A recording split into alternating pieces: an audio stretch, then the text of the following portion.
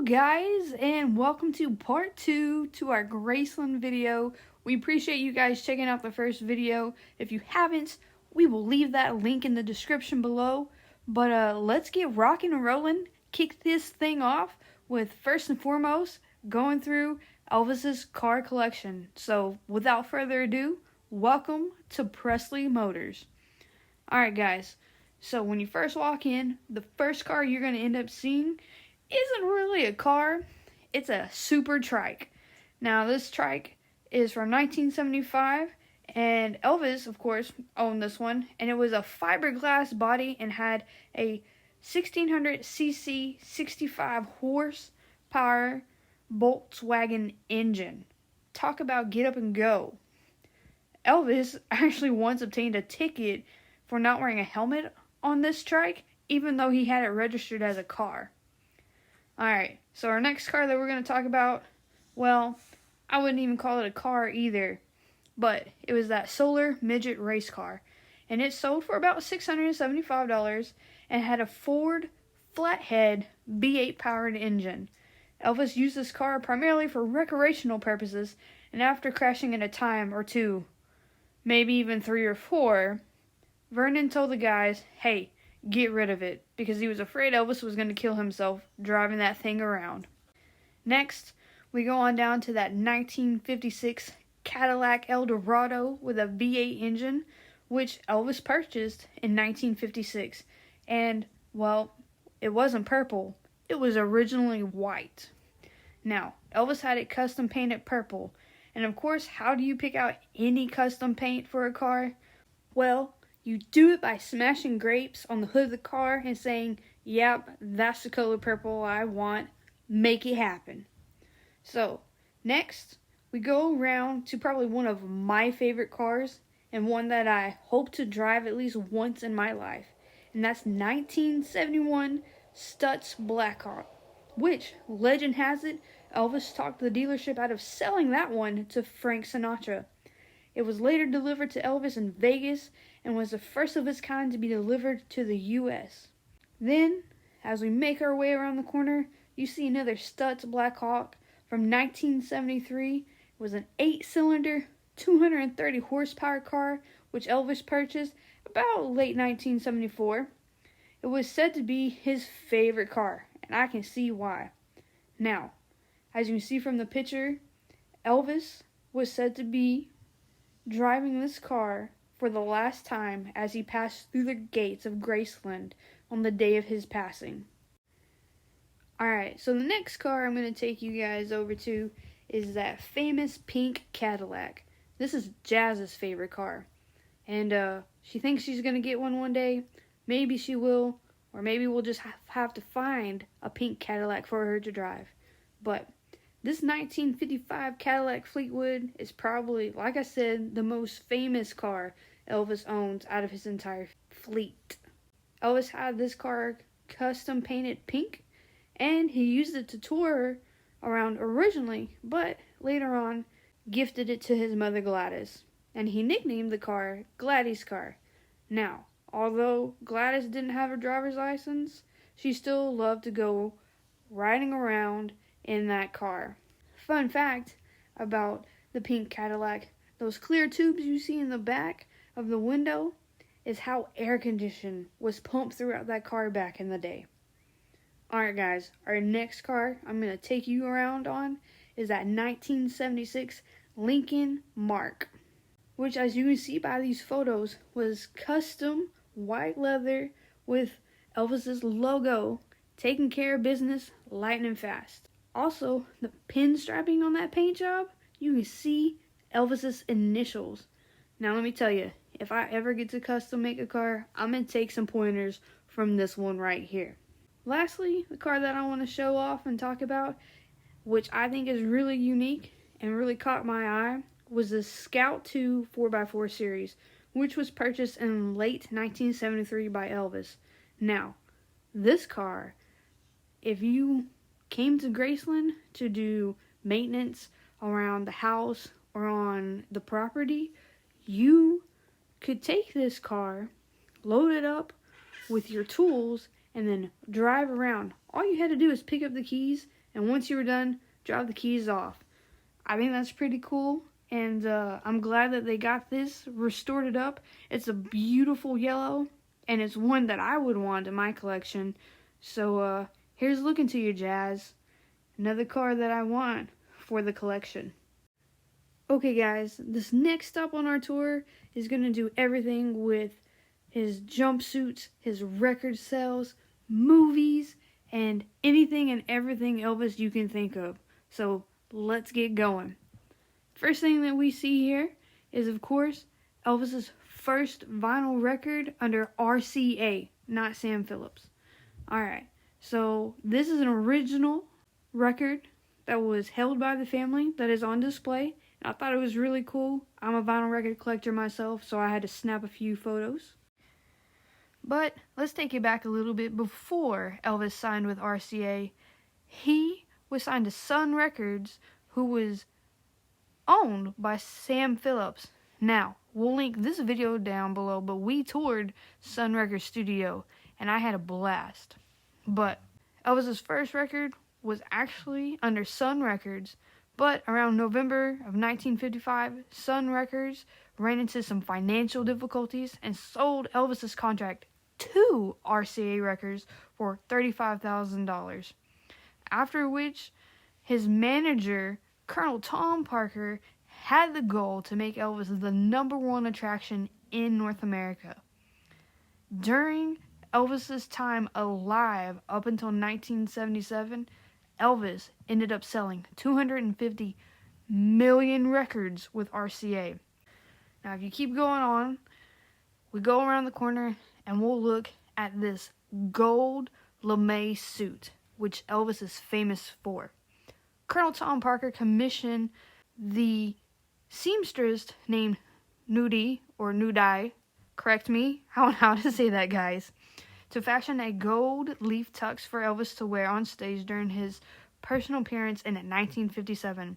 Now, Elvis wouldn't put this suit on until March of 1957, and as you can see by the knee prints, he would slide around during his performance on Hound Dog, thus how you have the scuffed areas in the knees. Now, Elvis would become a very big household name, and in 1950, Colonel Tom Parker came up with the idea of making Elvis, into merchandise.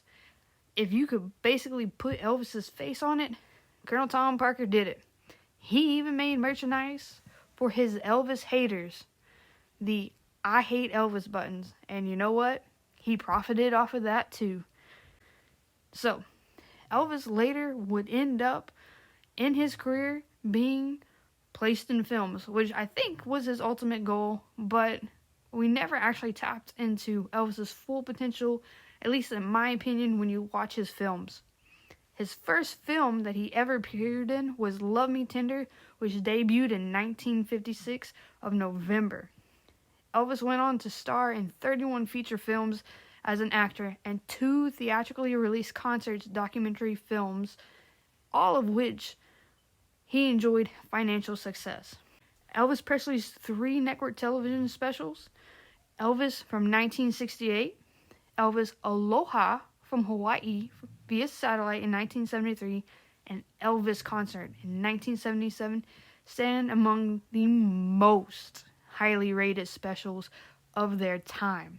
His 1968 special, Elvis, is one of the most critically acclaimed music specials of all time. And then, of course, you go to Aloha from Hawaii via satellite. That one was seen in 40 countries by 1 billion to 1.5 billion people and made television history. Talk about setting records, y'all.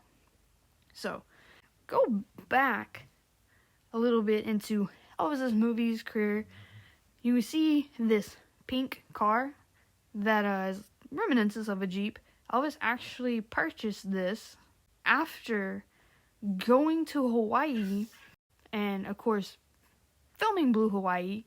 And he said that the locals who would take you around Hawaii and tour you around, these are the type of cars that they drove. So Elvis got one for himself. Now, this car here, actually was used for security purposes around Graceland. So imagine getting chased down off Elvis's property in a pink car like this.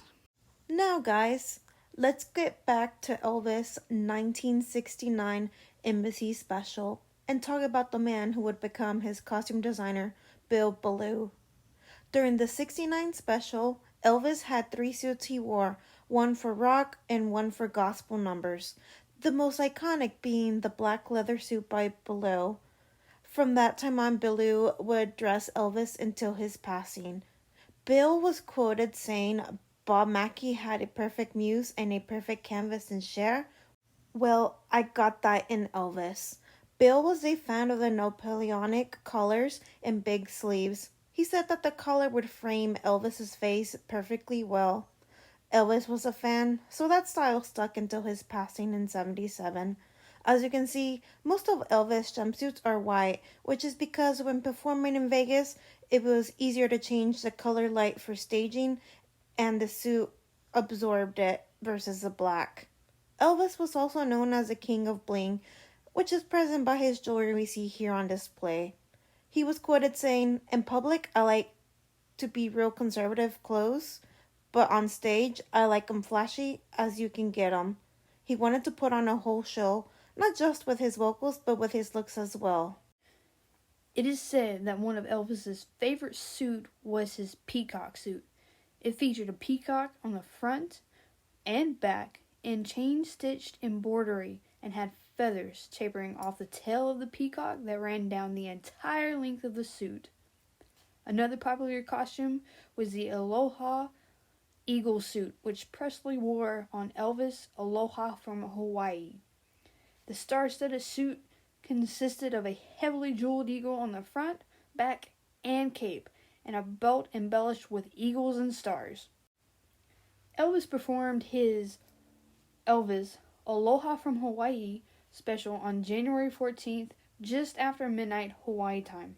Naturally, Elvis wanted to use the concert to give back, so there was no set ticket price for the concert. Instead, donations were given. The more the donation, the better the seat. Elvis actually purchased tickets for himself and his entourage at $100 each. The goal was to raise close to $25,000, but they superseded that by raising $75,000 for Kui Lee Cancer Fund. The King had a 22-song set list featuring early classic covers such as Hound Dog, Blue Suede Shoes, and, of course, his later day hits Burning Love and Suspicious Minds. Elvis continued performing after the Hawaii special up until what is known as his last concert on June 26, 1977 in Indianapolis. Here, as you can see, this is the Aztec sunsuit, which was the last jumpsuit he ever wore. He also wore this Aztec sunsuit during the filming of his 1977 TV special, Elvis in Concert. Elvis would shortly after his June performance in Indianapolis pass away in August of 1977. Now, as we go into our final room, you can see wall-to-wall, ceiling-to-ceiling records of which have been sold post Elvis's passing. And it is estimated that Elvis has sold over 1 billion records worldwide. Also in this room, you'll see a couple of his Grammys. He's won 3 Grammys, all of which are for gospel songs recordings. In his entire musical career, Elvis was nominated for 14 Grammys. I hope you enjoyed what you've seen here today. Top to bottom, wall to wall, all things Elvis. I'm going to kick it over to me and Jazz to close out the video. We got here at technically 9:45 and our tour was until 10:45. It is now 3:45, so we've been taking in every ounce of this place. So the mansion we couldn't film, which I totally get. A lot of the other information we went back through by ourselves because we were taking in everything that the tour guide had to say so that we can feed it back to y'all. But I thoroughly enjoyed walking through everything a second time. I wish I would have been able to get over to the mansion for a second time. Yeah, that would have been really cool. Not to film because I'm not getting in trouble. No. But just to see everything and take it in at my own pace and everything like that. Not that a tour guide is not very helpful. We had one that's been doing this for 35 years, so she had a lot of extra tidbits that I think maybe other people wouldn't have had. But overall, I thought it was a home run. I think it was worth actually paying for the tour. We didn't have to just walk around and like trying to figure out where to go. She led us through the back ways into the exhibits, so that was really nice. And we got to go into some extra parts. Right. So that was pretty cool. Yeah.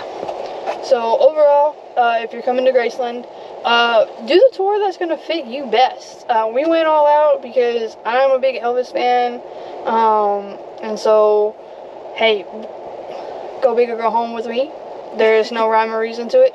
But we had a great time. If you enjoyed any part of this video, let us know what part you liked. If you've ever been to Graceland, let us know as well. Don't forget to hit that subscribe button. Can't talk. Subscribe button. We still got some more of Memphis to explore. So stay tuned tomorrow for day 3. And I hope you guys enjoyed. Until later. Bye.